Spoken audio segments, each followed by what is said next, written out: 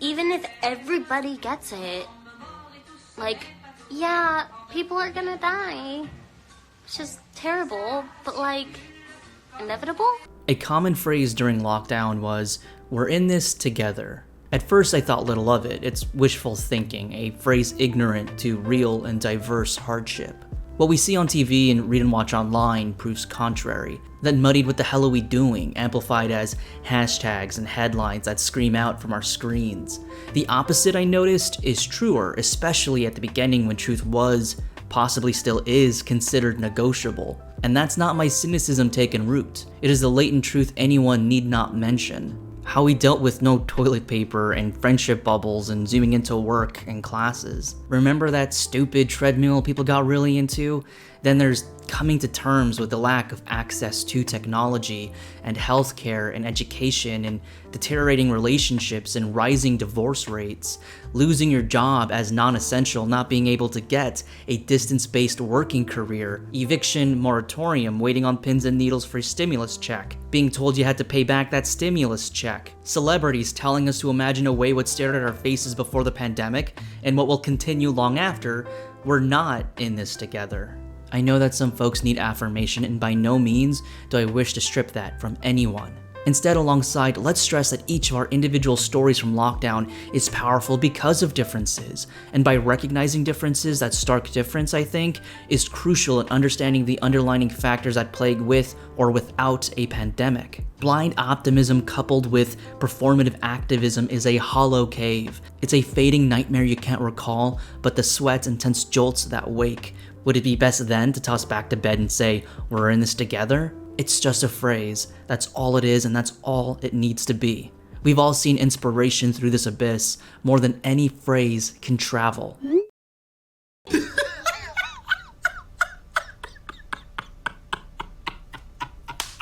Anywho, 5 Dates is a microcosm of that, a slice of life that pulls at the heartstrings. It's a fun rom-com good for friends and family. Seriously, it's a wholesome lovey-dovey story, yet a genuinely impactful narrative that hits home with joyful splendor. Hi! Sorry, I needed to pee.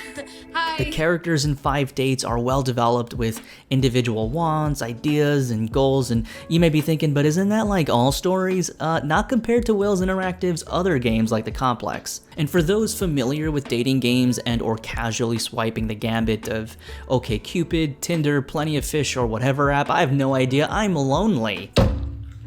I fucking love my life. I'm having such a good time.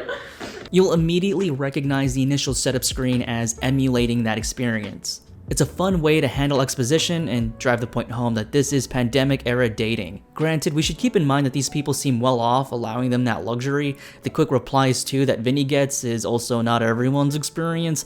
I'm not speaking from my own experience. I'm reporting as said from a friend of a friend's distant cousin. And who the hell is Vinny, you surreptitiously ask? Well, before we get into that, spoilers ahead, fair warning.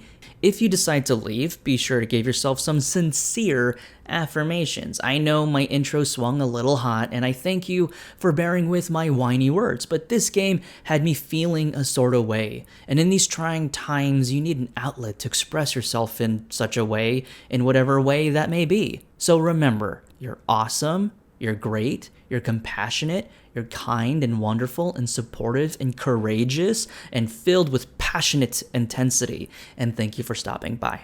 You're a catch. You gas me up, man. No, that's made you soft. Callum, do you actually want to date me?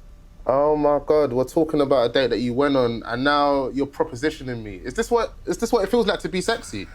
Now you're propositioning me. 5 Dates' simplistic narrative style creates a uniquely multi-layered story. At the start of our dating experience, you'll choose 3 of 5 women. Each of them swiped right or hearted you, not sure if this is like a Bumble thing. But the point is, at the start, 5 women show Vinny, our main protagonist, interest. Unlike my experience of constantly swiping right, the algorithm had me pairing with women several countries over with no match, but never mind me. In case you haven't noticed, I'm weird. I'm a weirdo. Each date is a mini episode that forms an overarching narrative. In most dating sims, our main protagonist is a blank slate as to encourage the player to better self-insert. And while of course that's always possible with even rigidly defined characters, the approach with my cousin Vinny is that he has a unique personality and a backstory. Something that people don't know about me is that I actually wanted to be a photographer. There's the dream. What kind? A war photographer. Ah, there's the foreboding. Yeah. How come it didn't work out? I guess just lots of people encouraged me against... I chickened out, basically. What am I talking about? I don't know, I was always drawn to pictures of conflicts and, well, from the safety of my classroom, they just informed me of how much injustice there was in the world, just how much cruelty among people, and obviously specifically in war. And yeah, I guess I just wanted to spread that awareness myself and maybe inspire change. Vinny's initial nervousness paralleled my own because, again, I'm insufferable. I've got 3 video dates scheduled back to back. Okay, show off. No, not really. I've never been on a digital date before. I don't know what I'm doing. Moreover, due to our strange pandemic age, I've been so conditioned to experience the world in a digitally disconnected way. Through a screen, as many folks have. I've introduced myself through a webcam, I've done interviews as recorded videos, zoomed into classes and work, met with friends as seen in this game. It felt eerily lifelike.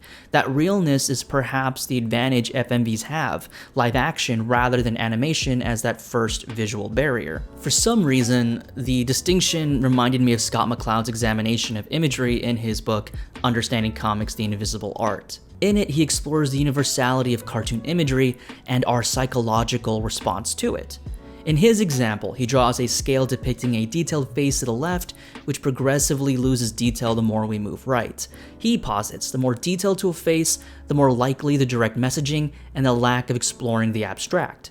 In contrast, when we move right, the face with less detail is so abstract you can nearly apply all meanings and persons under its designation. McCloud states, the cartoon, the face with less detail, is a vacuum into which our identity and awareness are pulled. In our case with FMVs, since this is live action, I felt that emotional pull of uneasiness with any offbeat decisions I'd make for the sake of a laugh. Perhaps it was due to the culmination of living with Zoom calls and webcam meets as our new normal. It wasn't until halfway through my first playthrough did I quickly wise up and ideologically form that barrier to play Vinny as Vinny and not me. What helped affirm that idea was just how different my thought process is versus Vinny's.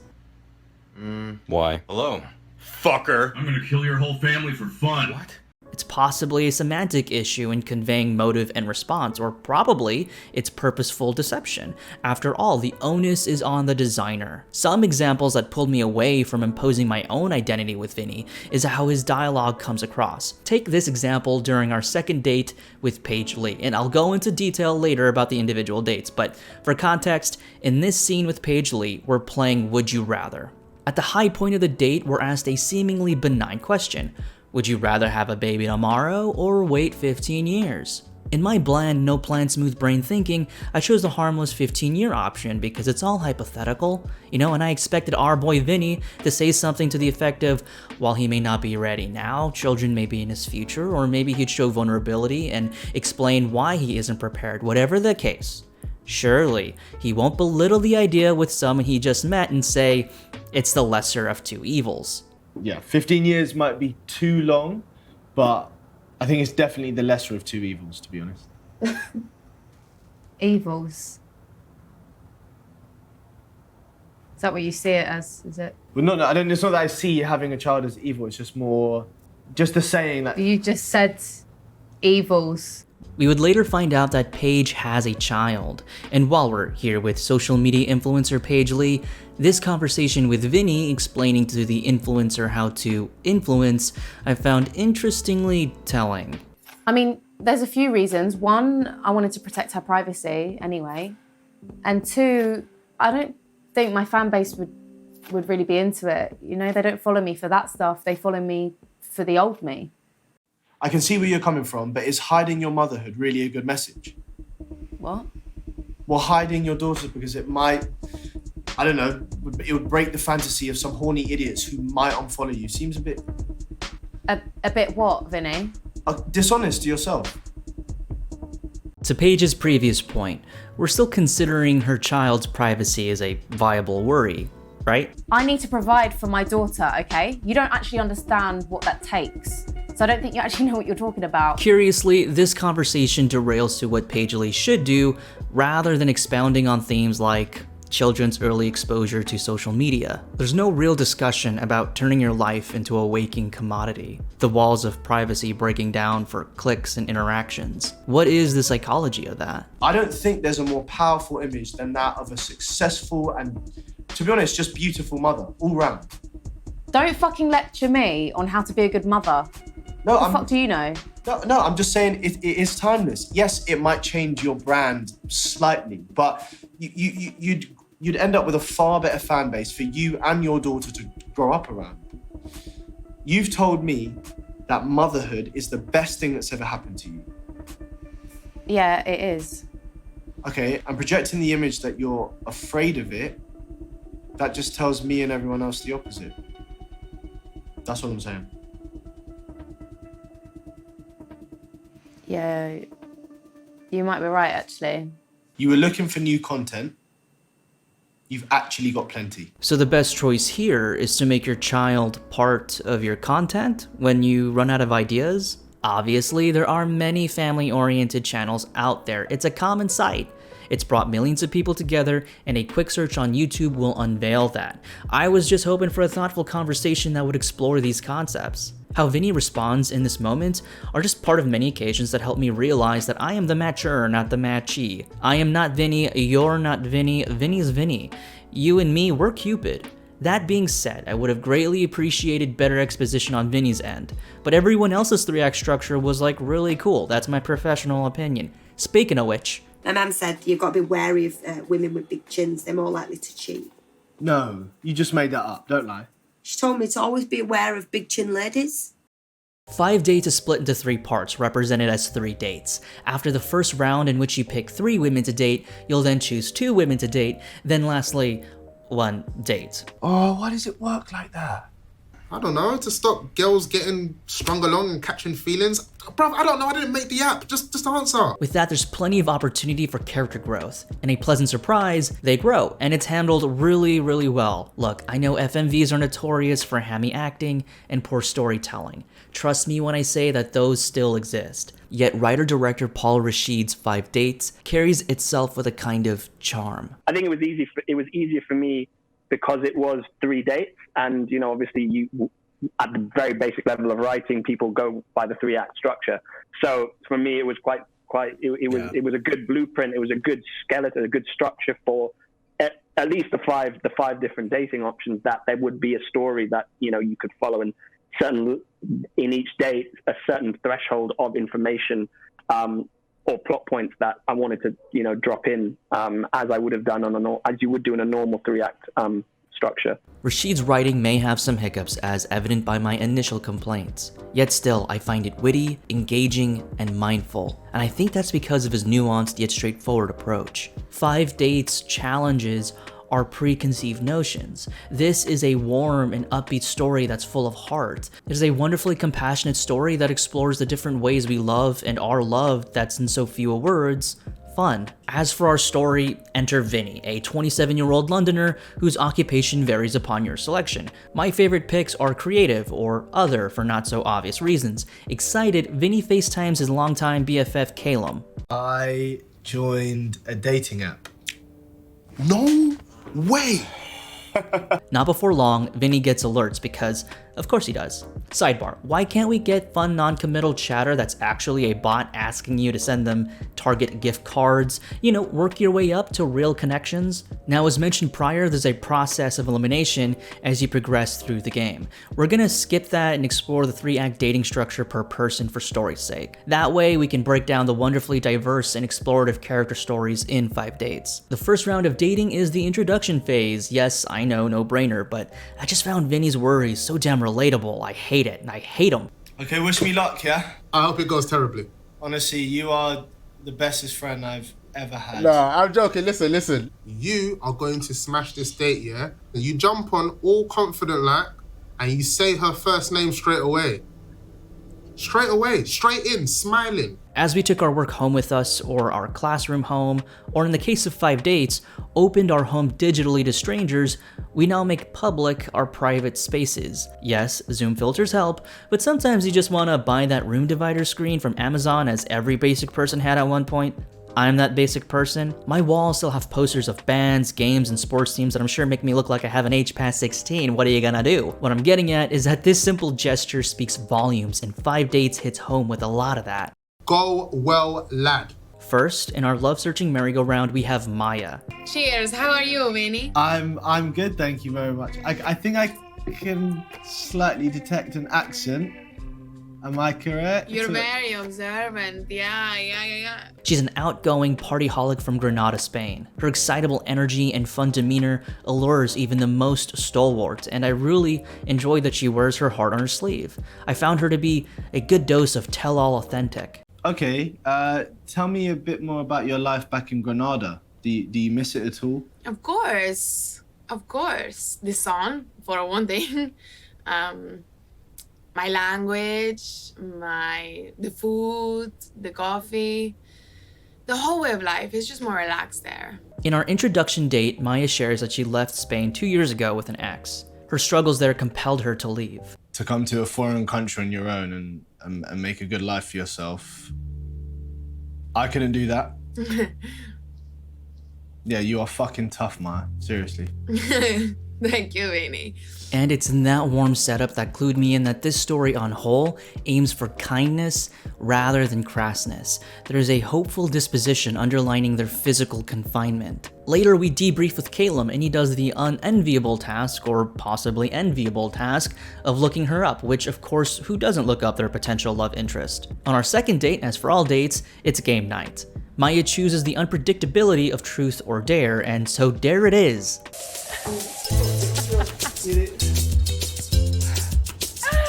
Wow! During this fun back and forth, we get this amazingly honest scene.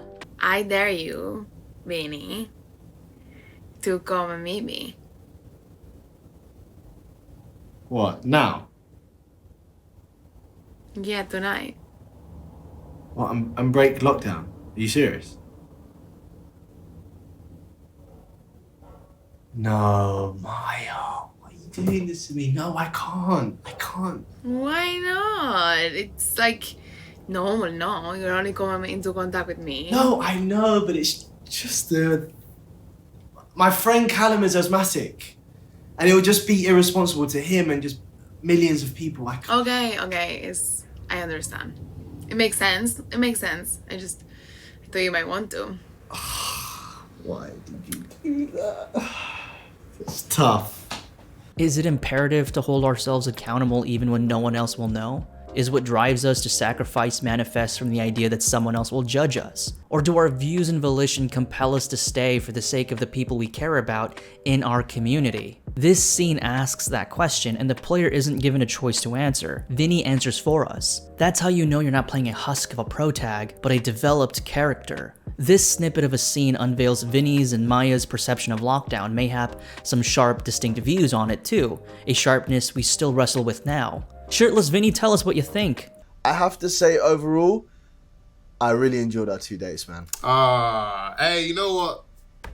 That makes me happy to hear that, bruv, man. On our dinner date, our last date, we finally come to a head with Maya struggling to move on from her ex. Something seems wrong, Maya. You okay? Oh, I'm fine. Throughout the first and second date, the mention of her ex drops in and out of conversation. Clearly, her last relationship still has a hold on her. I guess you noticed that I was obviously crying earlier, right? Sort of. Yeah, I mean, my ex, he messaged me, so. Oh, okay. But you're still friends, right? Well, it wasn't like a friend's text, you know? Got it. Yeah, I understand. So, where do you think your head's at? I'm just so confused because, like, well, we have something I put in my past, and I don't want to ever go back there. But, like, it's hard to just kill the feelings, right? We spend so much time together. Obviously, because this is a game, there is a right and wrong way to respond if you want Vinny to have a relationship with Maya. Yet, what I really appreciate from Raschid's writing is that much is still left ambiguous. There is no conclusive embrace or kiss, likely due to real-life lockdown constraints. Still, it works here. Relationships need not fit a particular mold to feel whole. Take it from me, I'm single. I really know who I am and what I want, and I just don't want to waste my time, you know? I understand. It's better to, get that stuff out in the open. So, being honest is always the best. Wouldn't be anything else. Grace is a go-getter, no BS, I know what I want corporate lawyer type. She suffers no fools. Our introduction date is clear, concise, and sets boundaries. And just like that, it's over. She needs to end the date early to catch her friend's 1920s themed birthday party, and that's how this short date ends. I think I got her, Grace Huckle Renford, but she's only listed as an associate at the law firm. Well, what do you know? It turns out our self-proclaimed partner at a law firm ain't no partner at all. Regardless, never have I ever is our dating game of choice. Interestingly, in a game where you have an opportunity to learn more about each other, we learn very little about Grace. Instead, we get glimpses into Vinny's possible past, possible because a player has to choose it. So would you say your sexuality is fluid then? Possibly. I can definitely say that right now I'm more into women, but who knows what the future holds. Okay, well, thanks for being so honest there. What little we do learn about Grace is that she's had a one-night stand, lots of people do, and that she's lied about her age, lots of people do. There's actually a possibility to play this game where Grace doesn't drink at all, revealing an even more pedestrian lifestyle. But then there's this. So, how did the birthday party go the other day? What are you talking about? The digital birthday party that you went to after our first date?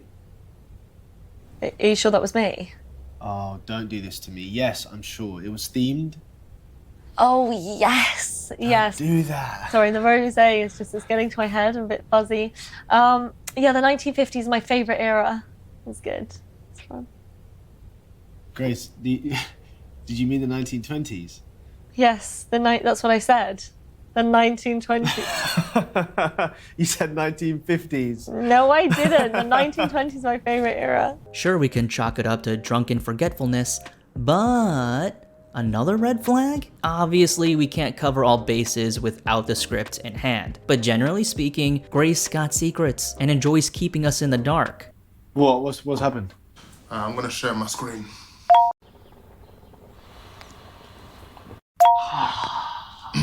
I didn't realise it was your Grace until I properly checked her profile, man. I mean, have you scheduled a date or anything? Of course not, bruv. I just wanted to tell you, innit? I'm gonna unmatch her as soon as possible.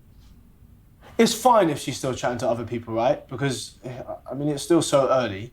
I'd say so, man. On our third date, when confronted about this, she says, I guess I just wanted to know, are you talking to other guys? No, I only come on this app to speak to you. You matched my friend, actually. Who's your friend? His name's Callum. I don't remember a Callum. I still have the app, so I swipe through it to pass the time, but it has nothing behind it.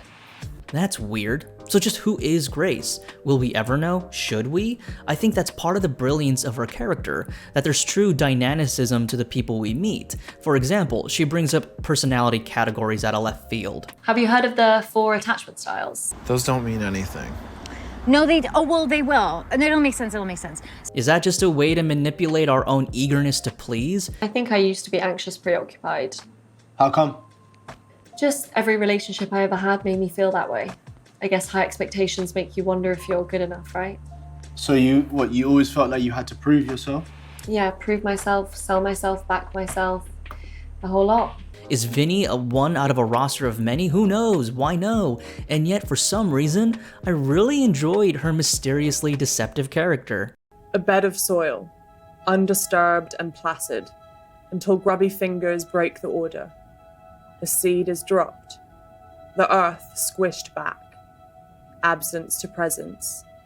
The bed is changed forever. The seed germinates, mutating and disturbing its cocoon again. Roots spread, the soil churned and drained, until a new form breaks the surface, climbing skywards. Seeds can grow to greatness, but beware when they drop in your bed. Saffron is, judging by the Steam's community content page, everyone's sweetheart. She's artsy, chill, works as a project manager for an animal welfare charity, and she's vegan. She's everything I wish I was in terms of getting my priorities straight. We also learn on our first date that she avoids horror movies for this reason. I suffer from anxiety really bad. I'm so sorry to hear that. It's okay. I keep it under control with my lifestyle choices, but I used to get panic attacks really badly, so I just try to avoid like all triggers, like scary movies. I totally understand. And we also learn that she wants to travel, so there you go. The seeds are planted for our Saffron narrative. While that may come off as obvious plot devices, it's encouraging to see these themes develop and finally pay off in the end. Call me later, vegan. Get your cucumber ass out of it. For our second date, she gives us a tarot reading. This was by far the most fun I had for all the second date minigames. It was unique, interpretive, and unveiled a lot about Vinny. We didn't get an exposition for him, so this was really enlightening. I had a really good friend back in school, and he used to beat me in all of these tests, but he used to let me copy his homework. Oh, well done for him for sharing the wealth. Oh no, exactly. I mean, without him, I honestly would have failed all of my exams. I remember asking him how he got so smart, and he said he wasn't. He just worked harder than everybody else. So he kind of raised the bar for me. So instead of trying to copy him all the time, I decided to compete with him to try and match this kid's amazing, amazing brain. He taught me that drive and ambition can be collaborative. And that was I think that's a really important lesson. Yeah. He passed away last year. Oh, I'm so sorry to hear that. He really made a big impact on my life. So I guess thank you for reminding me of that wonderful time and him and that memory. Also, this date felt like Saffron pondering if he'd be a good fit, which I loved. I was afraid that this dating game would focus too much on the date picker rather than being picked to be dated. The second date ends abruptly when Saffron begins to have a panic attack. I guess we should address the very embarrassing elephant in the room. Listen, there's nothing to be embarrassed about. Vinny, you saw me having a panic attack and we barely know each other. Seriously, don't stress about it for a second, all right? I'm just happy I could help. During their third date, they share in a warm moment where Saffron talks about her history with panic attacks. This whole scene, the third act, was fun and a welcomed piece of writing. Their developing relationship, for some reason, rang naturally to me. They both came off as naturally supportive and kind and open-minded. Saffron finally confesses to Vinny that she plans to travel for a year when the pandemic is over, and Vinny, my lad, he's coming with. I think I would come with you. What about your life, your career, friends, family? I'm stable enough right now to put everything on hold if there's a person I really like, and seriously? I am an all-in kind of guy. But also, damn these well-off folks, travel the world for a year, put your life on hold for a year? What are your overheads? What are your overheads? Thanks for reminding me I'm a broke-ass punk. I hate these two. Okay, so I have to say, Shaina, that I really, really admire what you and all frontline workers are doing at the moment. Just risking your lives for others, and you guys are the heroes, seriously.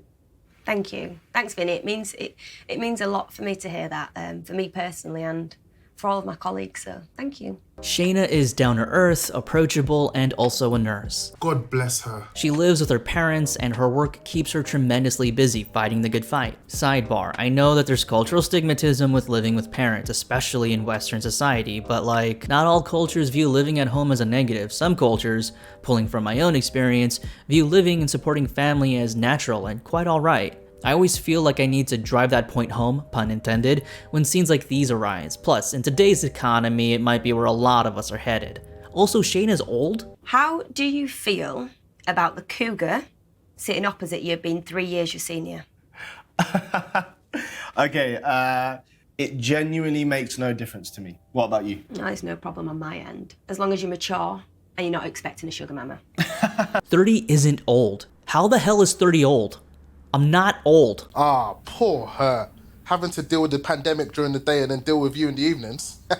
Before we can get our second date clocked in, we hit a bit of a snag. Our old Vinny boy gets stood up. He then takes his shirt off to tell us all about it. Shaina calls back the next day to apologize. She explains that she was on call on an emergency. Undeterred, Vinny and Shaina press on to their second date. There will be 3 questions, each with 3 answers. You must guess the other person's answer. The correct answer shall be revealed after each question. Here we learn Shaina loves Halloween, is politically moderate, hates spiders, and prefers cowgirl. Most of all, she hates losing. Come on! Oh, no fucking... No way. No. Top marks. No, I'm not accepting that. I'm actually not accepting that because your questions were way easier than mine. Are you a sore loser? No. Weirdly, when Shaina asks if Vinny wants children, he handles the question far better than he does with our aforementioned Paige Lee. He says he'll be ready in a few years and that he just wants to make sure it's with the right person, a bit of character inconsistency, but why care? The story's cute. For our third date, Shaina wants to play another game, the final game, a game to the death, but really she just wants to win at one. Shaina and Vinny play either a draw-off in where they draw each other's faces, or a game of consequences. The game of consequences is when a person takes turns completing a sentence by writing a word down in secret. In the end, you get a zany story that both of them contributed to. Not sure why it's called a game of consequences. Either way, after the game, Shaina tells Vinny her ideal partner. I need someone I can depend on, and I need someone who is able to depend on me. Okay, what else? Someone nurturing and down to earth, and yeah, I'd like to be physically attracted to them, but that's actually not the be all and end all. As opposed to what, Shaina? You sure you don't want someone less dependable, ill-intentioned, or hot-headed? What you want is like what we all want in someone. Okay, you got me there. Do you agree? You actually got me there, and I hate to say that I agree with you. Yeah. Shaina then proposes marriage before asking for Vinny's number, and Vinny is like super stoked about it. Even before lockdown, I wasn't really meeting women that I connected with. No, so this was kind of always on the cards. Do you know why you weren't meeting particularly cool women before lockdown? You know, like... Like you, of course. No, I'm joking. Last but not least, we have our key non-disclosed social media influencer, Paige Lee, who interestingly enough uses a dating app. Now that's courageous. Honestly, can say that this is probably the first time I've ever met an influencer. Really? Yeah, no, and I listen, I want to learn more about influencers, influencing, and if that's what it's called, and social media. Yeah. I mean, what's it like to work in? What's your day-to-day like? Like, let me tell you, I have to make and stockpile content, manage interactions, like all of that sort of stuff. I do feel really lucky to be doing it because, you know, I'm earning a living off of it as well, and it's all right. It's a good job. I enjoy the validation in different ways people make a living, how Paige makes a living. I think it's too easy to judge, we all do, I do, about what people do. And it's cool to see how this scene handles modern marketing. As for their love connection, it's unique because we know little about Vinny at this point in the narrative. He kind of molds into what Paige wants him to be, within the confines of the player's decision, of course. Tell me you didn't go on a video date with Paige Lee. I went on a video date with Paige Lee. You're a prick. Get off, get off. Their would you rather second date goes as well as you would expect it to. They go about silly questions like, would you rather have hands for feet or feet for hands, or sex in silence versus talking during sex, you know, questions I'm always asked about. I'm lying to you. As mentioned earlier, the narrative high point of this date is the baby question. As the narrative would have it, Paige has a daughter. I've got to go. Was that, Paige, was that a baby? Yeah, it's my daughter. A welcoming twist in the second act. Again, Raschid's writing aims to subvert expectations of the supposed familiar, and I love to see writing like that. Instead of playing into the cliche of a stuck-up social media influencer, Raschid adds layers to Paige's character. She's witty, charming, determined, and struggles with public perception when her livelihood is predicated on public perception. Vinny and Paige eat healthy for our third date, Vinny with a salad and Paige with salmon. Damn, I need to take better care of myself. Sometimes I look at my gut and say, you're the definition of gluttonous. We don't need to talk about it if you don't want to. Do you know what? I'd rather just get it all out in the open now, if that's all right. Yeah, no, of course. I'm all in. Okay, so she wasn't planned. I was with her father since we were in school. And what you would assume would have brought us closer, it broke us up. So it's just me and her now. Before we can elaborate on this thoughtful narrative, Caleb calls, saying it's an emergency. He's getting cold feet for his dating fiasco and needs dating advice from Casanova himself. Paige suggests a three-way call, and we get a really heartwarming scene. Yo, Vin, hey, shit, Paige Lee! The advice Vinny gives, we give by proxy, serves as Paige's test to see if they are compatible. In many ways, it's up to the player to make Vinny vulnerable, kind, grounded, and open-minded. I have to admit that I just don't think it's the time for me to pursue something bigger. Yeah. However, can I give you my number? When all of this lockdown shit's over, if you're still interested, give me a call. Yes, of course. Paige's route is my favorite of all the endings. Unlike the previous 4 dates, there's no FaceTime call at the end. Instead, Paige realizes that as much as she appreciates her dates with Vinny, she's unsure if it's the right thing for her right now. And we get this inconclusive end, and of course, dearest Caleb helps cushion the sting of rejection. I'm glad that not all endings end with a pairing. That's a daring and reasonable write-in, because as with this app, love is all about experience. That's my philosophical opinion. Pedantic blurb aside, the fact that Paige ultimately decides to move on is brilliant, and in totality keeps the narrative grounded. 5 Dates is wonderfully written with well-developed characters, each with their own transformative arcs. What I expected from 5 Dates was a cheesy reality TV knockoff buried in crass laughs. In my first run-through, I was pleasantly wrong about all of it. It could have gone a lot better.